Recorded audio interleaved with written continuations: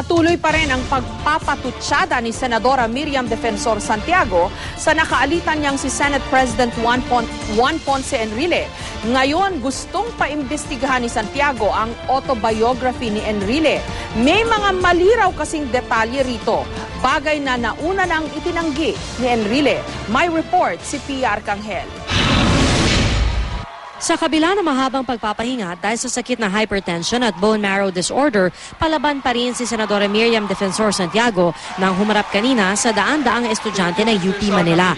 Tila di napawi ng ilang linggong pagpapahinga ang galit ni Santiago kay Senate President Juan Ponce Enrile na ilang beses niyang pinasaringan sa kanyang talumpati. Hindi ka ba naman matuyuan ng dugo?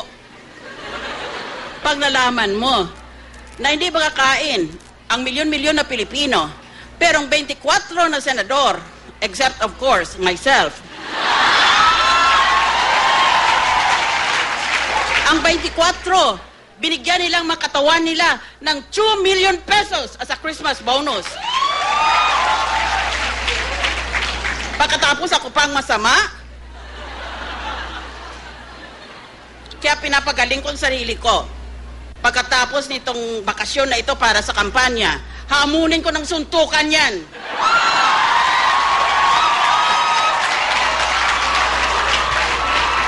Ang tatapang, kung hindi sa stem cell treatment nila, hindi na nga sila makatayo eh.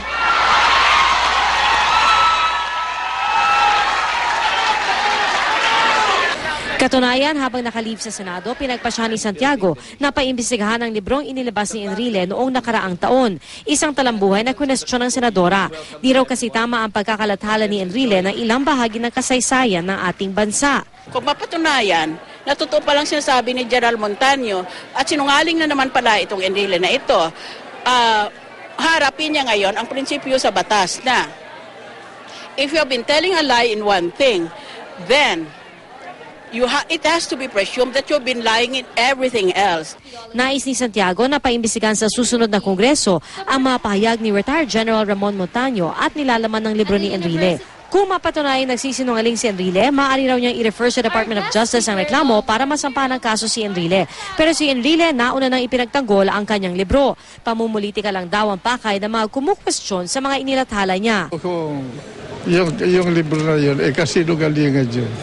Siguro naman hindi mga mangmang yung mga tao na bumibili at binabasa nila.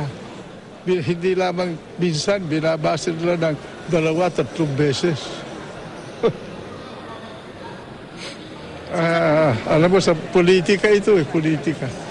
Maraming gustong magpapansin. Pero si senatorial candidate at retired General Ramon Montaño handa raw humarap at tumulong sa investigasyon ni Santiago para ibunyag daw ang katotohanan. Pero aminado siyang hindi niya nabasa ang libro ni Enrile kundi tanging excerpt lang nito. Ani Montaño, kasama raw siya noon sa mga sumuri sa sasakyan ni Enrile matapos ang ambush sa kanya at ayon kay Montaño, di totoong ambush ang nangyari. Sa memoir ni Enrile, sinabi nitong September 1972 na pinaputukan daw ang kanyang escort car habang papauwi siya sa kanyang bahay sa Dasmariñas Village mula sa Camp Aguinaldo. We saw they took pictures of the car. How did it happen? They were intercepted daw.